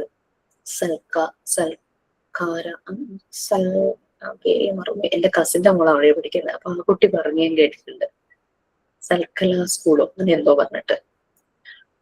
ഓക്കെ, സോ നമ്മള് ലോ ഓഫ് നാച്ചുറൽ ഡെവലപ്മെന്റ് അതാണ് നെക്സ്റ്റ് നമുക്ക് എടുക്കേണ്ടത്. നമുക്ക് ഇനീഷ്യലി നമുക്ക് ജസ്റ്റ് കുറച്ചൊന്ന് വായിച്ചു പോവാം. കുറച്ചുകൂടെ കഴിയുമ്പോൾ നെക്സ്റ്റ് എടുക്കേണ്ട ടോപ്പിക്സ് നിങ്ങളൊന്ന് നോക്കിയിട്ട് ആർക്കെങ്കിലും ക്ലാസ് ലീഡ് ചെയ്യണം താല്പര്യം ഉണ്ടെങ്കിൽ you can take the class. Okay, plan ചെയ്തോളൂ.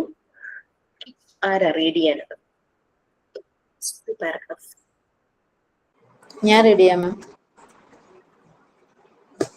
Have you noticed the difference between human babies and the animal babies? Human babies seems to be more incapable than animals at birth. Animals can walk within hours after birth. Some can scurry around the crib like puppies, but human babies can barely do anything at all. They cannot move on their own, and they are so helpless that they cannot even lift their own head. They just lay there and cry. Sea turtles, newly decided on the beach, will naturally move towards the ocean. A joy clings into its mother's pouch upon being born. Why are we born like this?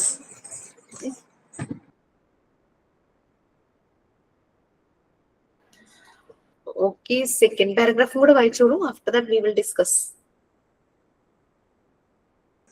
Okay, ma'am. It is because the animals have special aptitude which helps them for their development. In human child instead has withdrawn to give place to something higher, to the brilliance and will of man. Animals have merely to activate their instincts towards their specified behavior. Their psychic life is limited to this. But in man, there is this other fact, the creation of human brilliance. But a human baby is not. ഒരു minute, കുട്ടി കയ്യിലുണ്ട്.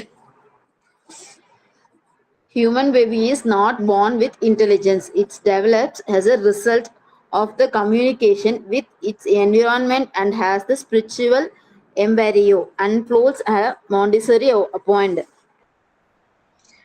Okay, so നമ്മൾ human ബേബീസിന്റെയും animal ബേബീസിന്റെ ഒരു comparison ആണ് പറയുന്നത്. ഇവിടെ പറഞ്ഞു incapable ആണെന്ന് പറഞ്ഞു ദാൻ അനിമൽ ബേബീസ്. അതിന് നമ്മൾ കാരണം പറഞ്ഞു, ജനിച്ച ഉടനെ അവർ ഓടിച്ചാടിയൊക്കെ നടക്കും.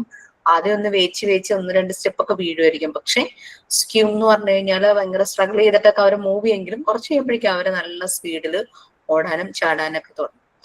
ഓക്കെ, ചിലപ്പം എഴഞ്ഞു പോവും, ക്രീപ്പ് ലൈക്ക് പപ്പീസ് അങ്ങനെയൊക്കെ പോകും. പക്ഷെ ഹ്യൂമൻ ബേബീസിന് തന്നെത്താനെ ഇതൊന്നും ചെയ്യാനായിട്ട് പറ്റില്ല. അതിന് ടൈം എടുക്കും. അവരുടെ പല മൂവ്മെന്റ്, അവരുടെ ആ ഹെഡ് പോലും തല പോലും ഉറച്ചിട്ടുണ്ടാവില്ല. അവര് കിടക്കും, കരയും, ഇതല്ലാണ്ട് വേറൊന്നും അറിയില്ല. അതുപോലെ നമുക്കറിയാം കടലാമകള്, അവര് ഇങ്ങനെ ഈ മണലില് വന്ന് കുഴി കുഴിച്ച് മുട്ടയിടും. മുട്ടയിട്ട് കഴിഞ്ഞിട്ട് അമ്മ എങ്ങോട്ടെങ്കിലും അങ്ങ് പോകും. ഈ മുട്ട വിരിഞ്ഞുണ്ടാകുന്ന കുഞ്ഞുങ്ങള് അവരെങ്ങനെ അറിയണു അവരുടെ വീട് കടലാണെന്ന്? അവര് നേരെ കടലിലേക്ക് അങ്ങ് ഇറങ്ങിപ്പോവും, അല്ലെ? അപ്പൊ അതൊക്കെ അവരുടെ ആ ഒരു ഇൻസ്റ്റിങ്ക്റ്റ് ആണ്. പിന്നെ അതുപോലെ കാങ്ക്രൂ, ആ ലാസ്റ്റ് സെന്റൻസ് ഫസ്റ്റ് പാരഗ്രാഫില് ജോയ് എന്നുള്ളതൊന്ന് കറക്റ്റ് ചെയ്യുക. JOEY ആണേ. കാങ്ക്രൂന്റെ കിഡിന് ബേബിക്ക് പറയുന്ന പേരാണ് ജോയ്, JOEY. അത് ജനിച്ച ഉടനെ തന്നെ അതിനെങ്ങനെ അറിയാം അമ്മയുടെ വയറ്റിലുള്ള ആ പൗച്ച് എനിക്ക് കയറി ഇരിക്കാനുള്ളതാണ്? അതിനാരും പറഞ്ഞു കൊടുക്കണ്ട, അത് ചാടി ഓടി അതിൻ്റെ ഉള്ളിൽ കയറി ഇരിക്കും. അപ്പൊ നമ്മൾ എന്തുകൊണ്ടാണ് ഇങ്ങനെ ജനിച്ചിരിക്കുന്നത്? അവർക്ക് അതിനുള്ള കേപ്പബിലിറ്റി ഉണ്ട് അനിമൽസിന്, അവർക്കെല്ലാം ആദ്യം അറിയാം. ഓക്കെ, ഇതിന് കാരണം ഈ അനിമൽസിന് ആ ഒരു ഇൻസ്റ്റിങ്ക്റ്റ് ആദ്യം ഉണ്ട്, അവരുടെ അതങ്ങ് ഡെവലപ്പ് ആകുവാണ് ആദ്യം. പക്ഷെ ഹ്യൂമൻ ചൈൽഡിന് ആ ഇൻബോൺ പാറ്റേൺ, ആ ഒരു ഇൻസ്റ്റിങ്ക്റ്റ് അത് അവരിലുണ്ട്. പക്ഷെ വേറെ ക്യാരക്ടറിസ്റ്റിക്സ് ആയിട്ട് അതിന് പ്ലേസ് ചെയ്തിരിക്കുക. അതിന് ടൈം എടുക്കും. നമ്മുടെ ഡെവലപ്മെന്റിനനുസരിച്ച് അതിന് ടൈം എടുക്കും. അങ്ങനെ ടൈം എടുത്ത് നമ്മള് നാച്ചുറലായി അങ്ങനെ ഡെവലപ്പായി വന്നു കഴിഞ്ഞാൽ പിന്നെ ലോകത്തുള്ള ഒരു സ്പീഷീസിനും മനുഷ്യനെ തോൽപ്പിക്കാൻ പറ്റില്ല എന്നാണ് പറയുന്നത്. ഏറ്റവും സ്ട്രെങ്ത് ഉള്ള ഒരു സ്പീഷീസ് ആയിട്ട് പിന്നെ അങ്ങോട്ട് ഹ്യൂമൻ ബീയിങ് മാറുക. അപ്പൊ അനിമൽസിന് ആ തുടക്കത്തിൽ തന്നെ അവരുടെ ആ ഇൻസ്റ്റിങ്ക്റ്റ് അവരതങ്ങ് അവരുടെ സ്വഭാവത്തിൽ അങ്ങ് കാണിക്കാനായിട്ട് തുടങ്ങും. അപ്പൊ അതോടുകൂടി അവരുടെ ലിമിറ്റഡ്, അതിനപ്പുറത്തേക്ക് കൂടുതലൊന്നും അവർക്ക് ചെയ്യാനായിട്ട് പറ്റില്ല. പക്ഷെ മനുഷ്യന്റെ കഴിവുകളോ ലിമിറ്റ്ലെസ് ആണ്. അതിങ്ങനെ വൈഡായിട്ട് കിടക്കുക. അത് നല്ലൊരു എൻവയോൺമെന്റിലൂടെ അവൻ കടന്നു പോവുകയാണെങ്കിൽ, ജീവിതം കടന്നു പോവുകയാണെങ്കിൽ അത് നല്ല രീതിയിൽ എക്സ്പ്ലോർ ചെയ്യും. അതേസമയം ശരിയായ രീതിയിലുള്ള ഒരു എന്താ പറയാ എൻവിയോൺമെന്റിലല്ല അവൻ ജീവിക്കുന്നെങ്കിൽ, അവന്റെ സറൗണ്ടിങ്സ് അവനെ തളർത്തുന്നതാണെങ്കിൽ അവനിൽ ഡെവലപ്മെന്റുകൾ കാര്യമായി വരില്ല.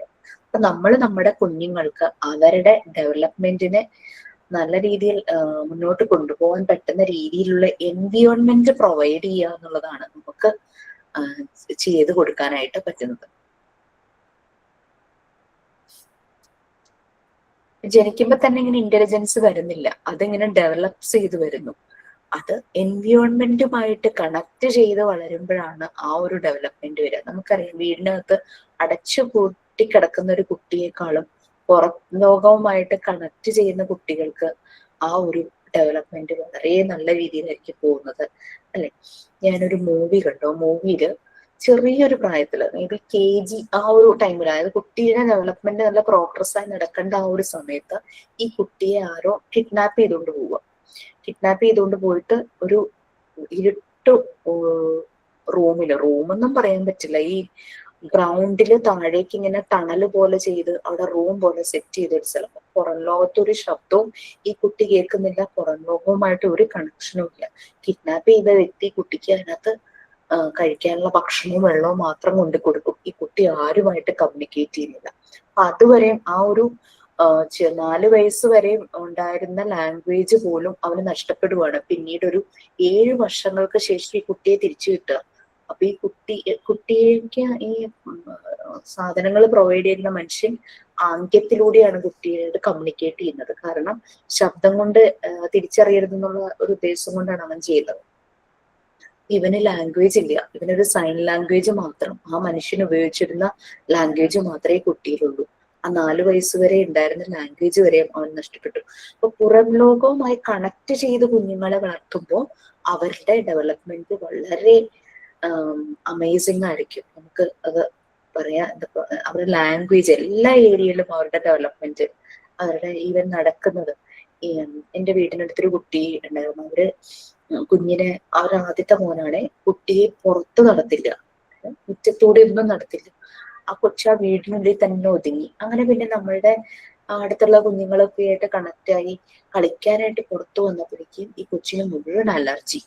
അതിന് കാല് നിലത്ത് വെക്കാൻ അറിയില്ല. കാല് നിലത്ത് വെക്കുമ്പോൾ അതിന് പെയിൻ എടുക്കുന്നു. 4-5 വയസ്സാവാറായി. അപ്പൊ അതിനിങ്ങനെ ഭയങ്കര ബുദ്ധിമുട്ട്. പിന്നെ ഡോക്ടറെ കാണിച്ച് അത് കറക്റ്റ് ചെയ്യേണ്ട വന്നു. അതിനെ നടത്തിക്കാൻ പറഞ്ഞു. നല്ല മണ്ണിൽ നടത്തിക്കാനായിട്ട് ഡോക്ടർ പറഞ്ഞു. വേറെ മെഡിസിൻ ഒന്നും കൊടുത്തില്ല. അങ്ങനെ അവര് നടത്തിച്ച് അത് ഇമ്മ്യൂൺ ആവുകയാണ് ചെയ്തത് പിന്നീട്. അപ്പൊ നമ്മളുടെ എൻവിയോൺമെന്റുമായിട്ട് കണക്ട് ചെയ്ത് കുഞ്ഞുങ്ങളെ വളർത്തണം. അപ്പോഴാണ് അവരിലെ എനിക്കൊരു എക്സ്പീരിയൻസ് ഷെയർ ചെയ്യാനുണ്ട്. എന്റെ തൊട്ടടുത്ത വീട്ടിലെ കുട്ടിയാണ്. ഇപ്പൊ അവന് 2nd സ്റ്റാൻഡേർഡിലാണ് പഠിക്കുന്നത്. ഒരു സ്കൂളിൽ 1st സ്റ്റാൻഡേർഡിൽ ചെന്നിട്ട് ആളുടെ സ്വഭാവത്തിന്റെ പ്രത്യേകത കൊണ്ട് ആ സ്കൂളിൽ നിന്ന് അവർ പറഞ്ഞു വിട്ടു. ഇപ്പൊ വേറൊരു സ്കൂളിലാണ് പഠിക്കുന്നത്. ആ കുട്ടി മാം പറഞ്ഞ പോലെ തന്നെ അത് ചെറുതായിരുന്ന സമയത്ത് അതിനെ പുറത്തിറക്കുകയില്ലായിരുന്നു.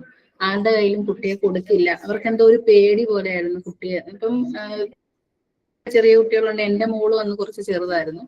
അപ്പം ഇവരുടെ ഒന്നും കൂടെ, അത് കുഞ്ഞു പിള്ളേരാകുമ്പോൾ ഇവർക്കൊക്കെ എടുത്തുകൊണ്ട് നടക്കാൻ ഒരു ഇഷ്ടമുണ്ട്. പക്ഷെ അവരുടെ വീട്ടിലുള്ളവർ പക്ഷെ നല്ല ഹൈ എഡ്യൂക്കേഷൻ ഉള്ള ഫാമിലിയാണ്. പക്ഷെ അവർ ഒട്ടും കുട്ടിയെ വെളിയിൽ ഇറക്കുകയോ ബാക്കിയുള്ള കുട്ടികളുമായിട്ട് സഹകരിക്കുകയോ അങ്ങനെയൊന്നും, കുട്ടികളെ പുറത്തിറക്കുകയില്ല, കളിപ്പിക്കുകയില്ല, ഒന്നുമില്ല. ആ കുട്ടി ഇങ്ങനെ അകത്തിരുത്തി അവന്റെ മൈൻഡേ മാറിപ്പോയി. ഇപ്പൊ എന്നിട്ട് എന്താണ് ഭയങ്കര ഇപ്പം ഹൈപ്പർ എന്ന് പറയാം. ഹൈപ്പറാണ് ആള് ശരിക്കും. എന്താ ചെയ്യണ്ടേ, എവിടെ ചെന്ന് എങ്ങനെ പെരുമാറണം, ഇതൊന്നും അവന് അറിയില്ല. ഒരു സമയത്ത് അറിയില്ലായിരുന്നു. എന്നിട്ട് അവന് തെറാപ്പിക്ക് കൊണ്ടുപോകായിരുന്നു, കൗൺസിലിങ്ങിനൊക്കെ കൊണ്ടുപോകായിരുന്നു. നമ്മളോട് അവർ പറഞ്ഞിട്ടില്ല, പക്ഷെ ഞാനത് വേറൊരു വഴിക്ക് അറിഞ്ഞതാണ്. കൗൺസിലിങ്ങിന് കൊണ്ടുപോകായിരുന്നു. അങ്ങനെ ഇപ്പം വേറെ സ്കൂളിലാക്കി.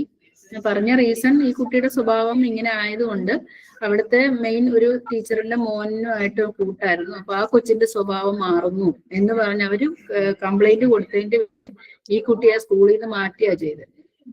ഇപ്പൊ അവൻ വേറെ സ്കൂളിലാണ് പഠിക്കുന്നത്. പക്ഷെ ഇപ്പൊ അവന്റെ സ്വഭാവത്തിൽ നല്ല മാറ്റങ്ങളുണ്ട്. ഇപ്പം കളിക്കാൻ വരും, മോന്റെ കൂടെ ആണേലും അപ്പുറത്തൊക്കെ കളിക്കാൻ പോകും. പക്ഷെ എന്നാലും ആൾക്ക് എങ്ങനെ പെരുമാറണം എന്നുള്ള കാര്യം ഇപ്പോഴത് ബേസിക് ആയിട്ടുള്ള കാര്യങ്ങൾ അവന് കിട്ടിയിട്ടില്ല. ഇപ്പൊ പക്ഷെ രണ്ടാമതൊരു സോഷ്യലൈസ് ഇല്ല. പക്ഷെ ഇപ്പൊ അതുകൊണ്ട് അവന് എന്താ ചെയ്യേണ്ടതെന്ന് അറിയില്ല. പക്ഷെ രണ്ടാമതൊരു കുട്ടി ഉണ്ടായപ്പം അവര് നേരെ ഓപ്പോസിറ്റ് ഇതാക്കി. കാരണം ആദ്യത്തെ കുട്ടിക്ക് അങ്ങനെ ആയത് അവർക്ക് തന്നെ മനസ്സിലായിട്ടുണ്ടെന്ന് തോന്നുന്നു. ഇളയ കുട്ടിയെ ഇപ്പൊ അത് കാരണം എല്ലായിടത്തും വിടും, എല്ലാവരുടെയും കൂടെ പോകും. ആള് നല്ല എനർജറ്റിക് ആണ്. ഇളയ കുട്ടി, മൂത്തത് ആൺകുട്ടിയാണ്, ഇളയത് പെൺകുട്ടിയാണ്. അപ്പം അവളും നല്ല മിടുക്കിയാണ്. എല്ലാരോടും 2 വയസ്സ് കഴിഞ്ഞതേ ഉള്ളൂ, പക്ഷെ എല്ലാരോടും നല്ല സോഷ്യലാണ്, സംസാരിക്കാനും ഒക്കെ. പക്ഷെ മൂത്ത ആൾക്ക് ഇപ്പോഴും എനിക്ക് സത്യം പറഞ്ഞ സങ്കടം വരും. ഞാനിപ്പോ ഈ കോഴ്സും കൂടെ ചെയ്യാൻ തുടങ്ങിയപ്പം കുറച്ച് കാര്യങ്ങളൊക്കെ നമുക്ക് മനസ്സിലാവുമല്ലോ. അപ്പം കളിക്കാൻ വന്നാലും ഈ പറഞ്ഞ പോലെ നമുക്ക് ഒരു അറ്റൻഷൻ സ്പാൻ എന്ന് പറയുന്ന ഒന്നുമില്ല കുട്ടിക്ക്. നമ്മൾ പറയുന്നത് ശ്രദ്ധിക്കില്ല, എന്തൊക്കെയോ പറയും ചെയ്യും. ഒരു വെപ്രാളമാണ് ഇപ്പോഴും. എന്താ ചെയ്യേണ്ടതെന്ന് അവനൊരു ഇതില്ല. ശരിക്കും കുട്ടി അകത്ത് തന്നെ ഇരുന്നിയതിന്റെ പേരിലുള്ള ഒരു സൈഡ് എഫക്റ്റ് ആണ് വന്നിരിക്കുന്നത്. ഇപ്പൊ കുറച്ചൊക്കെ മാറ്റങ്ങൾ വന്നു തുടങ്ങി. എന്റെ ഇപ്പോഴത്തേതും ഇപ്പോഴും ലൈവായിട്ട് നടക്കുന്ന എക്സ്പീരിയൻസ് ആണ്.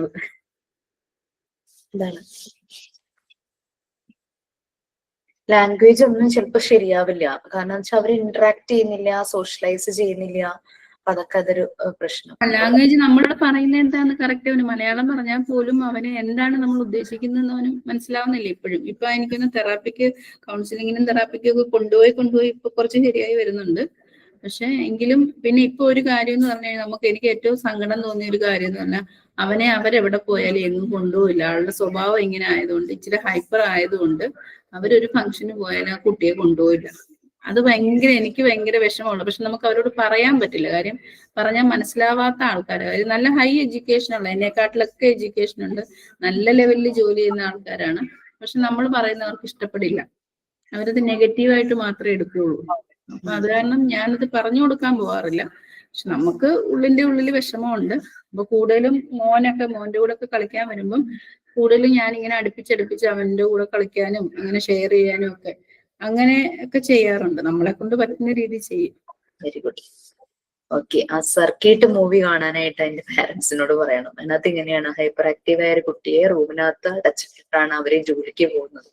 അവരെവിടെയും ഈ കുട്ടിയെ കൊണ്ടുപോകില്ല, അങ്ങനെയൊക്കെ. പക്ഷെ സ്കൂള് നല്ല സ്കൂളായിരുന്നു. സ്കൂളുകാരെ അവർ പറയും, നിങ്ങളൊരു ഷാഡോ ടീച്ചറെ കൂടെ വെക്കൂ, എന്നിട്ട് സ്കൂളിൽ വിടൂ, കാരണം അവന് നല്ല ഇന്റലിജൻസ് ഉണ്ട്. പക്ഷെ ഇവര് സ്കൂളിലും വിടാതാക്കിയത് പാരന്റ്സ് ആണ്. സ്കൂളിൽ നിന്ന് പറഞ്ഞു, മറ്റുള്ള കുട്ടികളുടെ കൂടെ ഞങ്ങൾക്ക് ഇരുത്തി പഠിപ്പിക്കാൻ പറ്റണമെങ്കിൽ ഷാഡോ ടീച്ചറെ കൂടെ, കുട്ടിയെ മാത്രം ശ്രദ്ധിക്കുന്ന ഒരു ടീച്ചറെ കൂടെ വിടണമെന്ന് പറഞ്ഞു. അപ്പം ഇവരത് സമ്മതിച്ചില്ല. കാരണം അങ്ങനെ ഷാഡോ ടീച്ചറെ വെക്കുമ്പോൾ ഞങ്ങളുടെ കുട്ടിക്ക് ഒരു കുഴപ്പമുണ്ടെന്ന് മറ്റുള്ളവർ അറിയില്ല, അങ്ങനത്തെ ഉള്ള രീതിയിൽ. അതാണ് ആ സ്റ്റോറി കാണുന്നത് അങ്ങനെയാണ്. പക്ഷെ ആ കുട്ടി എൻവയോൺമെന്റുമായിട്ട് കണക്ട് ചെയ്ത് പോകുമ്പോൾ അവനിലുണ്ടാകുന്ന മാറ്റം, രണ്ടാമതൊരു കുഞ്ഞുണ്ടായപ്പം അവനിലുണ്ടായ മാറ്റമൊക്കെയാണ് ആ ഒരു മൂവിയിൽ കാണിക്കുന്നത്.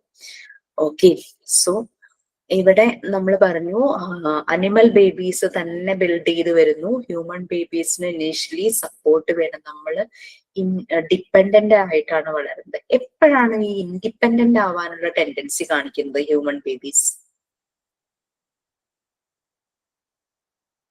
ഏത് പ്രായമാകുമ്പോൾ?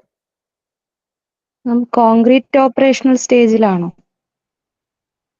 ഞാൻ അങ്ങനെ ചോദിച്ചല്ല, ജനറലി ഞാൻ ചോദിച്ചത്. അങ്ങനെ മാം, പ്രീ പ്രൈമറി നമ്മുടെ മോണ്ടിസറി തൊട്ട് അവര് ഇൻഡിപെൻഡന്റ് ആവാനുള്ള ടെൻഡൻസികൾ കാണിക്കാൻ തുടങ്ങുന്നു. അതിനു വേണ്ടിയിട്ടാണല്ലോ മോണ്ടിസറി നമ്മൾ ആ ഒരു മെത്തേഡ് ഓഫ് എഡ്യൂക്കേഷൻ നമ്മൾ കൊടുക്കുന്നത് തന്നെ. അപ്പൊ അവിടെ തൊട്ട് തുടങ്ങും. 1 വയസ്സ് പിറന്നാളാകുമ്പോഴേക്കും നമ്മൾ ഇലയില് ചോറ് വിളമ്പുമ്പോ ഞാൻ ഏകദേശം അതെ, ഞാനതാ പറയാൻ വന്നേ. ഒരു വയസ്സ് കഴിയും തോറും നമ്മൾ ചെയ്യുന്ന എല്ലാ കാര്യങ്ങളും അവർക്ക് തന്നെ ചെയ്യാനുള്ള ഇലയിട്ട് വിളമ്പുമ്പോ അവർക്കും വേണം. കാര്യം അത് മുഴുവനോട് വലിച്ചു വരിയിടുമായിരിക്കും. കുറെയൊക്കെ വായിൽ പോകും, കുറെയൊക്കെ കാക്കി കൊടുക്കും, കുറച്ച് പൂച്ചയ്ക്ക് കൊടുക്കും. എന്നാലും നമ്മൾ അത് പ്രൊമോട്ട് ചെയ്യാറുണ്ട് അല്ലെ? എല്ലാ വീട്ടിലും കുട്ടിക്ക് ഒരു കുഞ്ഞു ഇലയിട്ടിട്ട് എല്ലാം അതിനകത്ത് ഇത്തിരി ഇത്തിരി കൊടുക്കും. അത് നമുക്ക് കാണാൻ പറ്റുന്ന ഒരു കാഴ്ച. പിന്നെ ഷൂ ഇടുമ്പോ ഞാൻ ഇട്ടോളാം, ലെഫ്റ്റും റൈറ്റും മിക്ക കുട്ടികളിലും തുടക്കത്തിൽ തിരിച്ചിടുക. പക്ഷെ അവരെ സംബന്ധിച്ച് അതാണ് കറക്റ്റ്. അവര് സമ്മതിക്കില്ല, അങ്ങനെ ഇട്ട് തന്നാ മതി എന്ന് പറയും. അതെ, അതാണ് അവരെ സംബന്ധിച്ച് കറക്റ്റ്. അവര് തന്നെ ഒരുങ്ങാൻ നോക്കും, മറ്റുള്ളവരെ ഒരുക്കും, അത് വേറൊരു കാര്യം. പിന്നെ എല്ലാം തന്നെ ഞാൻ ചെയ്തോളാം അങ്ങനെ ഒരു ഇത്, ആ ഒരു ടെൻഡൻസി 1 ഇയർ ആകുമ്പോഴേക്കും അവർക്ക് തുടങ്ങും. പക്ഷെ എല്ലാം അവരെ കൊണ്ട് പറ്റില്ല, കേപ്പബിൾ അല്ല. 1 ഇയർ ആകുമ്പോഴേക്കും തുടങ്ങും. ഇപ്പം മൃദുല പറഞ്ഞ പോലെ ആ ഒരു ഏജ് 3 ഇയേഴ്സ് എന്ന് പറഞ്ഞു കഴിഞ്ഞാൽ പിന്നെ നമ്മൾ ഒന്നും ചെയ്യേണ്ട, എല്ലാം അവരെ കൊണ്ട് ചെയ്യിക്കണം എന്ന് തന്നെയാണ് പറയുന്നത്. ആ ഒരു ഏജ് മോണ്ടിസോറി പറഞ്ഞിരിക്കുന്ന ആ ഒരു ഇതിൽ അങ്ങനെയാണ് പറയുന്നത്. കാരണം അവരെല്ലാം തന്നെ വാഷ് ചെയ്യാനും എല്ലാവരും പഠിക്കുവാണ്. അവരെ ടോയ്ലറ്റ് ട്രെയിനിങ്, ടോയ്ലറ്റ് എങ്ങനെ പ്രോപ്പറായിട്ട് യൂസ് ചെയ്യാം, ടോയ്ലറ്റ് അവനവൻ യൂസ് ചെയ്യുന്നത് മാത്രമല്ല പിന്നെ കയറുന്ന ഒരാൾക്ക് ബുദ്ധിമുട്ടുണ്ടാക്കാത്ത രീതിയിൽ ആ ടോയ്ലറ്റ് എങ്ങനെ ക്ലീൻ ചെയ്ത് ഇട്ടിട്ട് പോരണം, ഇതൊക്കെ അവർക്ക് അറിയാൻ പറ്റും. ആ ഒരു ഏജ് ആകുമ്പോഴേക്കും അവരെല്ലാം തന്നെ ചെയ്യാനായിരുന്നു. പറയാൻ മോണ്ടിസോറി ഡിസൈൻ ചെയ്ത മെറ്റീരിയൽസ് എല്ലാം തന്നെ അങ്ങനെയായിരുന്നു, കുട്ടികളുടെ ആ ഒരു ഇൻഡിപെൻഡൻസ്. അപ്പൊ നമ്മൾ കുട്ടി തന്നെ ചെയ്യണമെങ്കിൽ നമ്മൾ എന്തവർക്ക് പ്രൊവൈഡ് ചെയ്യണം? അതിനുള്ള ഫ്രീഡം കൊടുക്കണം അല്ലെ? അതിനുള്ള ഫ്രീഡം നമ്മൾ കൊടുക്കുമ്പോഴാണ് കുട്ടിക്ക് തന്നെ ചെയ്യാൻ പറ്റും. കുട്ടി ഒരു ജഗ്ഗിന്ന് ഒരു ഗ്ലാസ്സിലേക്ക് വെള്ളം ഒഴിക്കാൻ തുടങ്ങാനായിട്ട് പോകുമ്പോഴേ ഇവിടുന്ന് ഷൗട്ടിങ്, നീ എടുക്കണ്ട, നീ എടുത്ത അവിടെ മുഴുവൻ വെള്ളം വീഴും, അവിടെ മുഴുവൻ നാശാക്കും. അത് കേൾക്കുമ്പോഴേ അവന്റെ ഉള്ളിൽ oh I am not good for anything, ഞാൻ അങ്ങനെ ഒരു സെൽഫ് എസ്റ്റീം ഒക്കെ അങ്ങ് കുറയും, കോൺഫിഡൻസ്. അവൻ എടുത്തോട്ടെ, ഒരു ഒന്നുമില്ലെങ്കിൽ കൊച്ചു ജഗ് വയ്ക്കാം, കൊച്ചു ഗ്ലാസ് വയ്ക്കാം, അവന് പൊക്കാൻ പറ്റുന്ന രീതിയിലുള്ളത്. അവര് ശ്രദ്ധിക്കും. ആദ്യത്തെ പ്രാവശ്യം ചിലപ്പോ വാട്ടർ സ്പിൽ ഔട്ട് ചെയ്ത് പോയിട്ടുണ്ടാവും, അപ്പൊ അവർക്ക് തുടയ്ക്കാനായിട്ടൊരു ക്ലോത്ത് അവിടെ വെച്ച് കൊടുക്കുക, അവര് തന്നെ അത് തുടച്ച് ക്ലീൻ ചെയ്യട്ടെ. എന്നിട്ട് പിന്നെ അവൻ ഒഴിക്കുമ്പോ ശ്രദ്ധിക്കും, ഞാൻ ഇങ്ങനെ ഒഴിച്ചപ്പോഴാണ് വെള്ളം ഇത്രയും പോയത്, ഞാൻ ഇനി അത് ശ്രദ്ധിക്കണം. അപ്പൊ അങ്ങനെയുള്ള കുറെ ആക്ടിവിറ്റീസ് നമുക്ക് കുട്ടികളെ കൊണ്ട് ചെയ്യിക്കാൻ പറ്റും. നമ്മള് സാധനങ്ങളൊക്കെ വാങ്ങിച്ചുകൊണ്ടല്ലേ, കടല, പരിപ്പ്, പയറുവർഗ്ഗങ്ങളൊക്കെ. അപ്പൊ അങ്ങനെ അത് നമ്മൾ എന്നിട്ട് കിറ്റിൽ നിന്നും അത് കണ്ടെയ്നറിലേക്ക് നമ്മൾ സ്റ്റോർ ചെയ്യൂലേ, അപ്പൊ അതെല്ലാം നമുക്ക് കുഞ്ഞുങ്ങളെ ഏൽപ്പിക്കാം. അപ്പൊ ഫസ്റ്റ് അവരിങ്ങനെ ഭയങ്കര അതിലങ്ങ് ഇടുമ്പോഴേക്കും ചിലപ്പോൾ കുറെയൊക്കെ തെറിച്ച് വീഴും. നമുക്ക് ചെയ്യാൻ പറ്റുന്ന എന്താന്ന് വെച്ചാല് അവരുടെ കോൺഫിഡൻസ് ലെവൽ കൂട്ടാനായിട്ട് നമുക്ക് വലിയ ട്രേ വെച്ച് കൊടുക്കാം, നല്ല ക്ലീൻ ആയിട്ടുള്ള ട്രേ. അതിന്റെ മുകളിൽ ഈ പാത്രം വെച്ചിട്ട് അവരിത് ട്രേയിൽ വീഴും, അത് അവരോട് കൗണ്ട് ചെയ്തിട്ടിടാൻ പറയും. കൗണ്ടിങ്ങും പഠിക്കും, അവരെ നീറ്റായിട്ട് അത് ചെയ്യാനായിട്ട് പഠിക്കും. അപ്പൊ അങ്ങനെ കുറെ ആക്ടിവിറ്റീസ് നമുക്ക് കുട്ടികളെ കൊണ്ട് ചെയ്യിക്കാനായിട്ട് പറ്റും. ഇതൊക്കെ മോണ്ടിസോറി മെത്തേഡാണ്. ലൈഫ് സ്കില്ല് പഠിക്കുകയാണ് അവര്.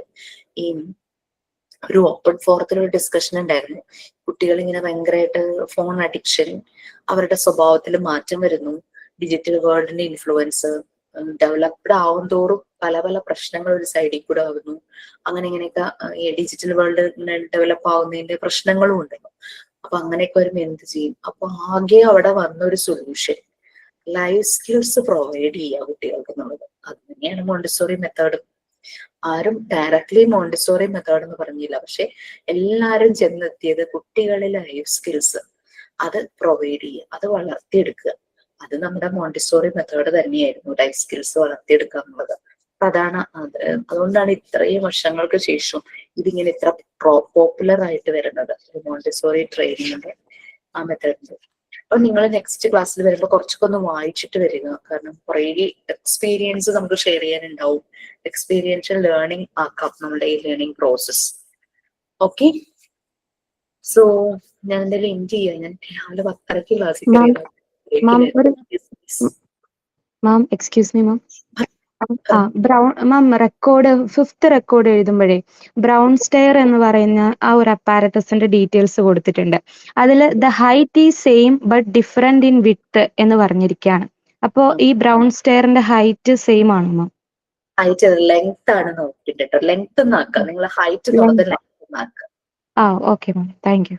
അങ്ങനെ കുഞ്ഞു കുഞ്ഞു കറക്ഷൻസ് എവിടെയെങ്കിലും ഉണ്ടാവും, അപ്പം എഴുതുമ്പോ അതൊന്ന് ഷെയർ ചെയ്യാം കേട്ടോ ക്ലാസ്സിൽ.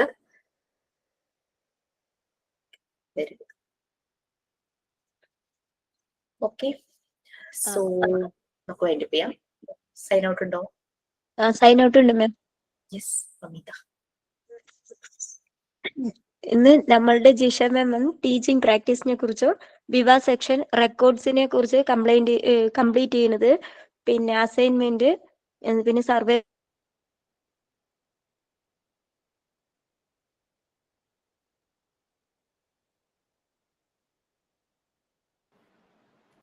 വോയിസ് എനിക്ക് കേൾക്കാത്താണോ? ബ്രേക്ക് ആയി?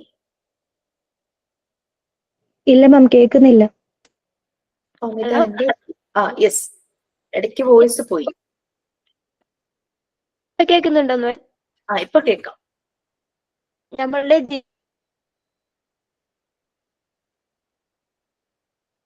കംപ്ലീറ്റ് ചെയ്യുന്നത് അസൈൻമെന്റ്, സർവേ റിപ്പോർട്ട് സബ്മിറ്റ് ചെയ്യുന്നതിനെ കുറിച്ചും മറിയം മോണ്ടിസോറിയെ കുറിച്ചുമാണ് ഇന്ന് പറഞ്ഞു തന്നത്. എല്ലാവർക്കും മാം പറഞ്ഞു തന്നത് നന്നായി മനസ്സിലായി എന്ന് വിചാരിക്കുന്നു. Thank you ma'am, thank you all. Okay bye, thank you so much. Thank you ma'am. Thank you ma'am. Thank you.